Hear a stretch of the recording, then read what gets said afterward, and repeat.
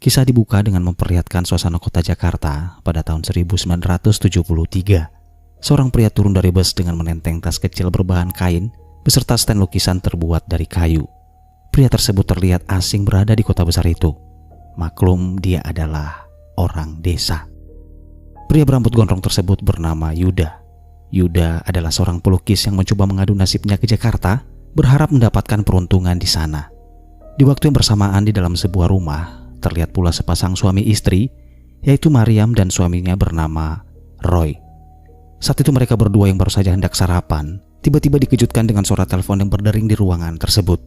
Roy yang saat itu mengangkat telepon, mendapatkan kabar dari mitra kerjanya tentang pengelolaan sebuah proyek. Kondisi keuangan keluarga mereka belakangan ini sedang mengalami situasi yang sangat sulit, di mana proyek yang diharapkan Roy tak kunjung ia dapatkan. Hal itu membuat Roy kerap memperlakukan istrinya tersebut dengan perlakuan yang sangat kasar. Ini apaan sih? Di sisi lain, Yuda yang baru saja tiba di sebuah perkampungan lalu bertanya pada seorang pemilik warung kalau rumah yang berada di ujung jalan tersebut apakah telah sesuai dengan alamat yang tertera pada kertas yang ia bawa. Setelah pamit pada pemilik warung, ia lalu masuk ke dalam rumah itu, di mana rumah itu akan menjadi tempat tinggalnya sementara selama ia berada di Jakarta.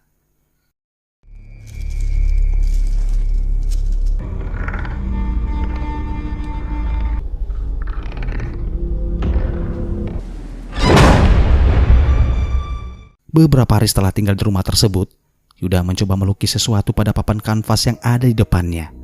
Namun ketika menyapukan kuas pada kanvas dengan objek seorang wanita, tiba-tiba ia merasa kesal dengan dirinya sendiri karena tak mendapatkan inspirasi pada objek wajah lukisannya tersebut. Di tengah kekesalannya itu, tiba-tiba Yuda melihat wanita cantik menggunakan gaun merah melintas tepat di depan rumah, yaitu Mariam. Kedua pandangan mata mereka saling bertatap satu sama lain. Tatapan itu membuat Yuda merasakan ada sesuatu yang istimewa pada Mariam. Saat itu juga Yuda segera keluar dari rumah dan diam-diam mengikuti Mariam dari belakang.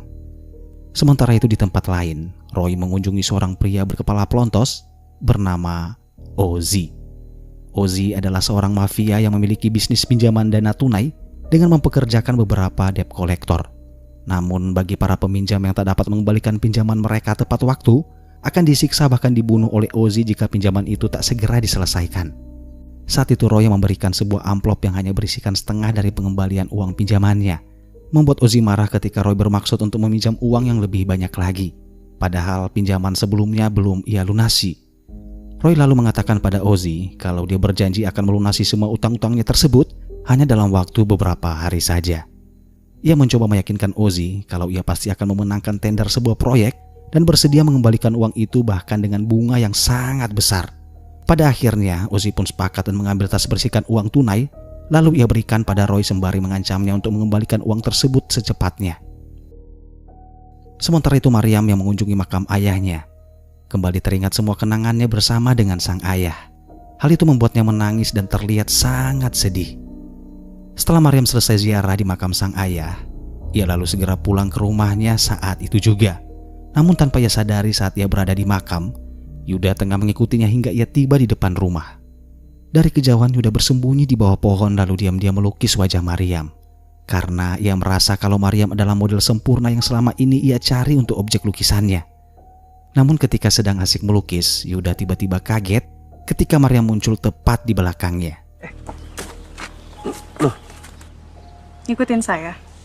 adalah pelukis. Bisa buatkan saya lukisan dengan orang yang saya cintai? Malam harinya ketika Mariam melihat sang suami telah pulang ke rumah, ia meminta izin pada suaminya itu untuk dilukis oleh seorang pria. Namun Roy bukannya mengizinkan permintaan istrinya tersebut, malah sebaliknya ia kesal pada sang istri dengan mengatakan kalau saat ini kondisi keuangan mereka sedang terpuruk. Bagaimana bisa istrinya tersebut menghambur-hamburkan uang hanya demi untuk sebuah lukisan? Namun ketika Mariam mengatakan kalau lukisan itu diberikan secara gratis, tentu saja Roy pun setuju. Di keesokan harinya Mariam yang telah mendapatkan izin dari sang suami, ia lalu mendatangi rumah Yuda dan di sanalah awal perkenalan mereka. Setelah itu Mariam memperlihatkan sebuah foto yang terlihat usang, di mana foto itu adalah foto kenangan sang ayah di masa muda dulu. Di dalam ruangan itu Mariam bercerita kalau ayahnya tersebut adalah sosok seorang ayah yang sangat baik dan sangat menghormati wanita. Dulu waktu Mariam masih kecil, ayahnya juga sempat mengajarinya ilmu bela diri. Semenjak pertemuan itu Maryam dan Yuda terlihat sangat dekat.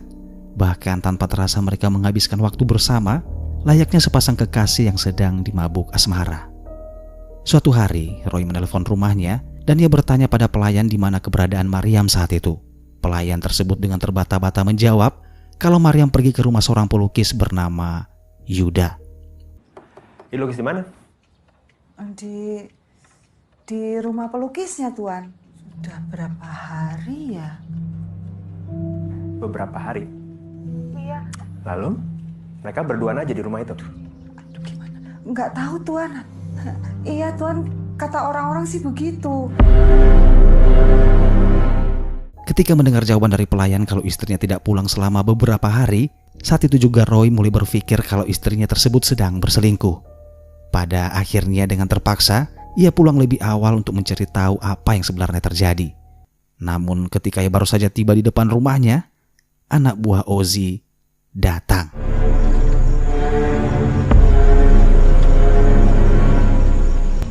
Bang Oji pengen ketemu. Oke bang, siap. Mendapatkan ancaman dan siksaan fisik dari Ozzy membuat Roy segera menelpon rekannya untuk memastikan apakah proyek tersebut berhasil mereka dapatkan. Namun rekannya di seberang sana menjawab dengan mengatakan kalau ternyata proyek itu telah dibatalkan karena melanggar hukum. Dan lebih parahnya lagi beberapa rekan mereka telah ditangkap oleh polisi. Ozzy yang kini menyadari kalau proyek yang dijanjikan oleh Roy itu telah dibatalkan, membuat Ozzy terlihat sangat marah. Ia lalu menyuruh anak buahnya untuk memotong jari tangan Roy saat itu juga. Orang janjian pakai kelingking kan? Bang, saya bisa jual rumah lu. Rumah lu?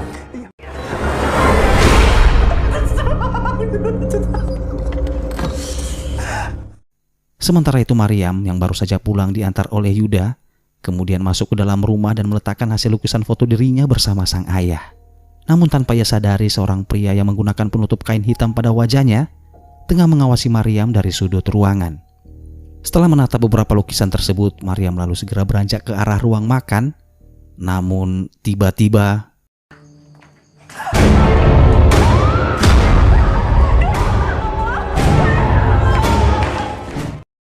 saat itu Yuda yang ternyata masih berada tak jauh dari rumah Maryam tiba-tiba kaget ketika mendengar teriakan Maryam dari dalam rumah. Khawatir dengan apa yang terjadi pada Maryam, akhirnya dengan terpaksa ia masuk dan mencoba menenangkan Maryam yang masih saja terus menangis histeris menyaksikan kucingnya itu mati dengan sangat mengenaskan.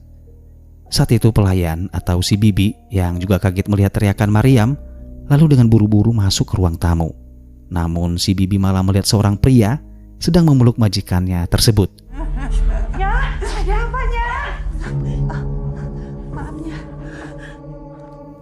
Saat itu Maryam pun menyuruh Yuda untuk segera keluar dari sana, karena ia tak ingin hal itu malah menyebabkan kesalahpahaman pada semua orang. Beberapa saat kemudian Roy yang baru saja pulang, melihat istrinya sedang terduduk lunglai di anak tangga. Saat itu juga Maryam mengatakan pada Roy, kalau kucing peliharaan mereka, ia temukan telah mati dengan kondisi kepala tanpa badan di atas meja. Roy yang mendengar hal itu juga sempat kaget, dan ia kini sadar kalau yang melakukan itu adalah anak buah suruhan Ozzy, di mana hal itu adalah sebuah bentuk ancaman agar Roy mau merayu istrinya untuk menjual rumah mereka. Namun ketika Roy memberanikan diri mengatakan pada Maryam kalau rumah mereka harus segera dijual, Maryam pun kaget dan tentu saja menolak permintaan suaminya itu, karena rumah tersebut satu-satunya kenangan yang tersisa dari ayahnya. Mendengar permintaannya itu tak dikabulkan, membuat Roy menuduh Maryam kalau Maryam telah selingkuh dengan Yuda. Itulah mengapa Maryam tidak peduli lagi dengannya. Setelah mengatakan itu, Roy dengan kesal lalu meninggalkan rumah dan mengabari Ozzy kalau Maryam tidak mau menjual rumah itu.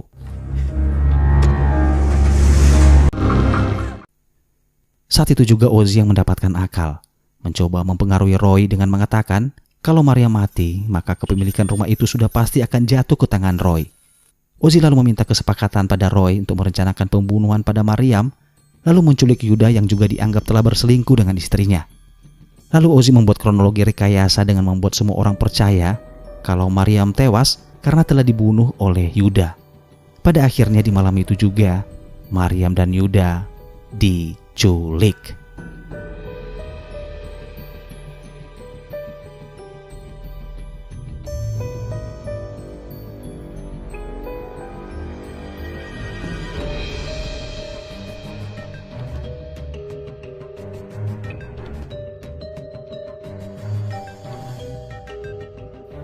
Di sisi lain, Roy yang sedang menginap di hotel, di mana ia merasa sangat bersalah karena sudah terlanjur bertindak tanpa berpikir terlebih dulu dengan keputusannya itu. Di mana ia kembali teringat dengan janji-janji yang pernah ia ucapkan saat menikahi Maryam dulu. Dengan penuh penyesalan, ia lalu menelpon Ozzy untuk membatalkan rencana pembunuhan tersebut dan memohon pada Ozzy untuk tidak menyakiti Maryam. Namun utang tetaplah utang. Saya mau dia hidup, Bang. Ya udah telat lah sekarang. Apapun yang abang mau, saya pasti akan jalanin, Bang. Tolong.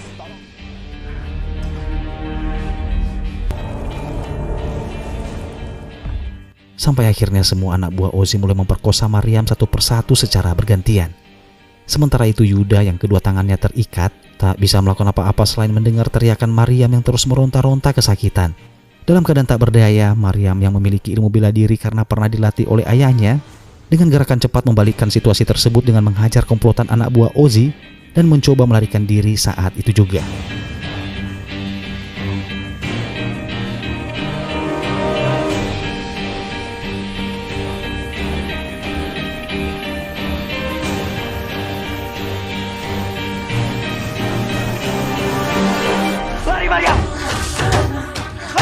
Maryam yang berhasil kabur karena telah diselamatkan oleh Yuda, hanya terus berlari dan berlari hingga ia tiba di sebuah jembatan. Saat itu juga tepat di belakangnya, ia melihat sebuah mobil berjalan menuju ke arahnya. Ia melambai-lambaikan tangannya ke arah mobil tersebut, berharap ia mendapatkan bantuan dan tumpangan. Namun tiba-tiba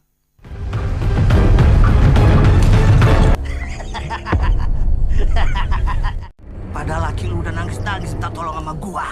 Terus nih cewek mau diapain, Bos? Udah lu balik ke kali sana. Iya, Bos.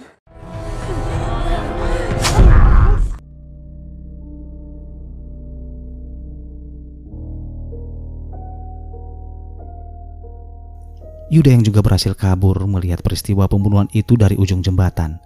Ia tak sanggup lagi untuk menolong, karena luka tusukan pada perutnya membuatnya harus terkapar tak sadarkan diri. Beberapa saat kemudian ia ditemukan dan dibawa ke kantor polisi. Di kantor polisi, Yuda menceritakan semuanya kepada para petugas kalau ia melihat Maryam telah dibunuh dan dibuang di bawah jembatan di kawasan Ancol. Namun ketika polisi mencoba menelusuri lokasi kejadian, tetap saja polisi tak dapat menemukan jasad Maryam, sekalipun mereka telah menelusuri sepanjang sungai yang berada di bawah jembatan. Sementara itu Roy yang sedang tidur di dalam rumah, tiba-tiba terbangun ketika mendengar suara kucing dari segala penjuru ruangan kamar. Ketika dia mencoba turun menuruni anak tangga, dia pun kaget dan terjatuh ketika ia melihat kucing peliharaan mereka yang telah mati berjalan ke arahnya dengan tubuh yang berlumuran darah. Dan ketika ia mencoba berdiri dan menganggap kalau hal itu hanyalah halusinasi belaka,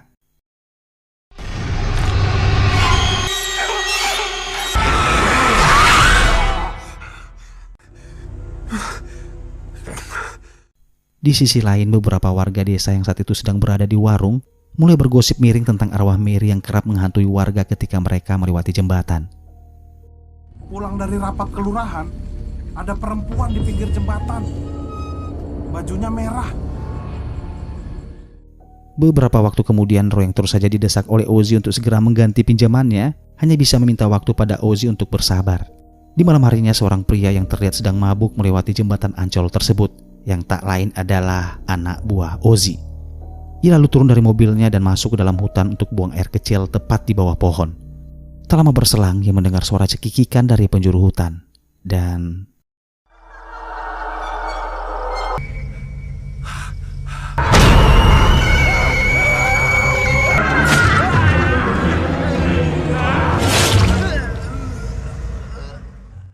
sementara itu Yuda yang sudah pulih dari lukanya mulai mengalami mimpi buruk, di mana dalam mimpinya ia melihat Maryam yang tengah mencoba membunuhnya. Dan ketika ia terbangun, ia tersadar kalau itu ternyata hanyalah mimpi.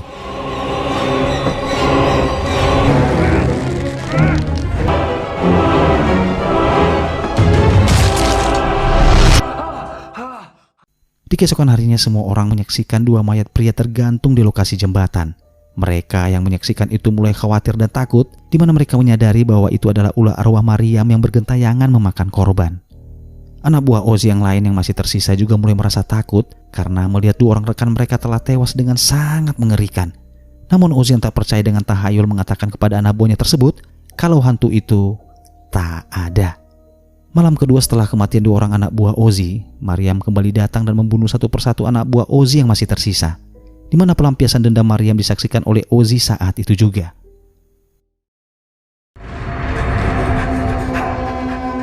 Ozzy yang kini percaya kalau arwah Maryam sedang menuntut balas atas kematiannya, membuat Ozzy terlihat sangat ketakutan dan mengunjungi rumah Yuda saat itu juga, di mana ia berharap mendapatkan bantuan karena dia yakin kalau ia tinggal bersama Yuda, maka Maryam tidak akan menyakitinya.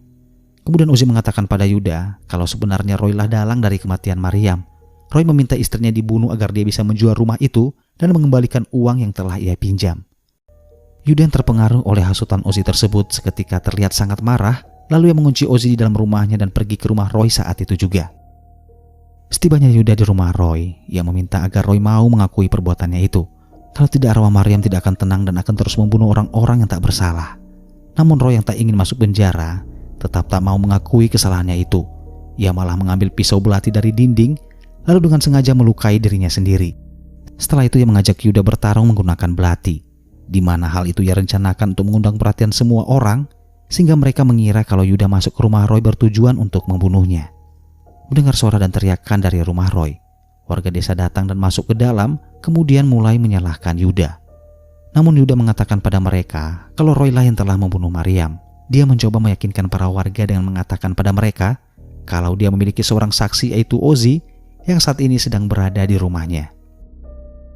Namun sial buat Yuda, di mana ketika ia dan para warga tiba di rumah, mereka melihat pintu sudah dalam keadaan terbuka.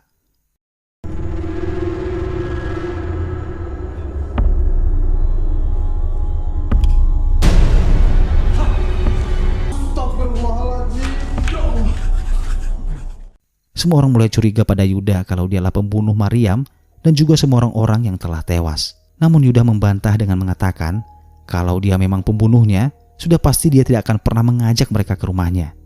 Namun tetap saja para warga tetap curiga pada Yuda. Menyadari kalau dirinya kini tertuduh menjadi seorang tersangka, membuatnya buru-buru keluar dari rumah itu sebelum para warga menyadari kepergiannya. Di keesokan harinya, polisi mengunjungi rumah Roy untuk melindunginya dari serangan Yuda yang kini dianggap sebagai tersangka. Ketika malam tiba, bulan purnama memperlihatkan sinarnya tepat di atas kepala. Hembusan angin malam terasa sangat berbeda dengan malam-malam sebelumnya, di mana seorang warga pemilik warung masih terus saja menjajakan dagangannya sembari mengistirahatkan kepalanya di atas meja. Pria itu lalu terbangun ketika ia mendengar suara siaran radio terputus-putus di atas rak dagangannya. Hal itu membuatnya terpaksa berdiri dan memperbaiki tuning panel pada perangkat radio. Namun tiba-tiba, Minta kopinya, Bang. Kopi ya? Terima! Iya, saya terima.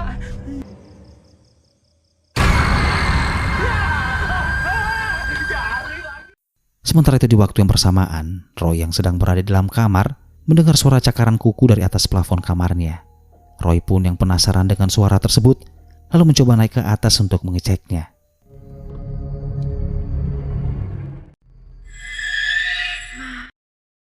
Dengan sangat ketakutan dengan apa yang ia lihat, Roy segera meninggalkan kamarnya tersebut, lalu turun ke bawah untuk melaporkan hal itu pada polisi yang sedang berjaga di bawah sana. Ketika para polisi naik ke atas untuk mengeceknya, tiba-tiba seorang pria menyuruhnya secara paksa masuk ke dalam mobil.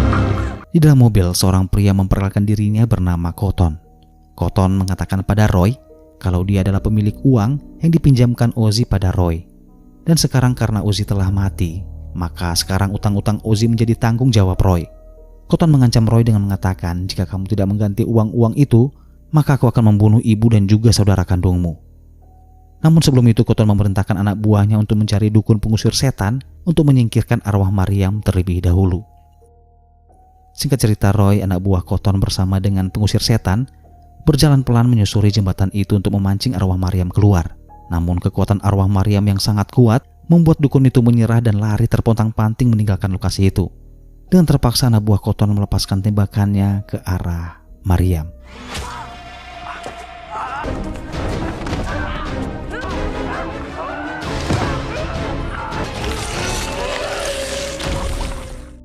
Setelah anak buah Cotton tewas, Roy terlihat sangat ketakutan.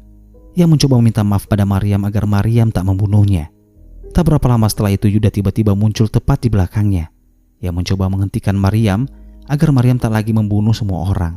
Lalu Yuda mulai mengatakan Dirinya tahu kalau Maryam sebenarnya belum mati. Selama ini Maryam berhasil lolos dari maut dan bersembunyi di sebuah rumah tepi sungai dan mulai merencanakan untuk balas dendam.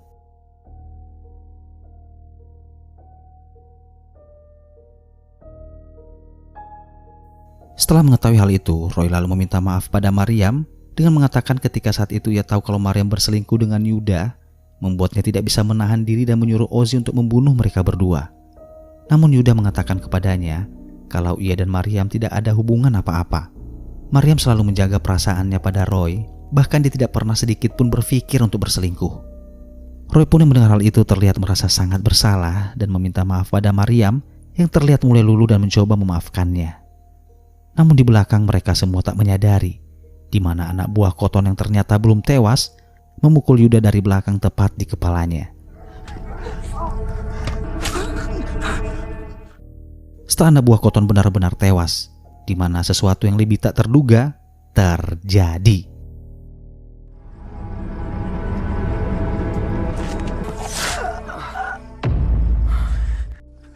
Maafin aku, Maryam.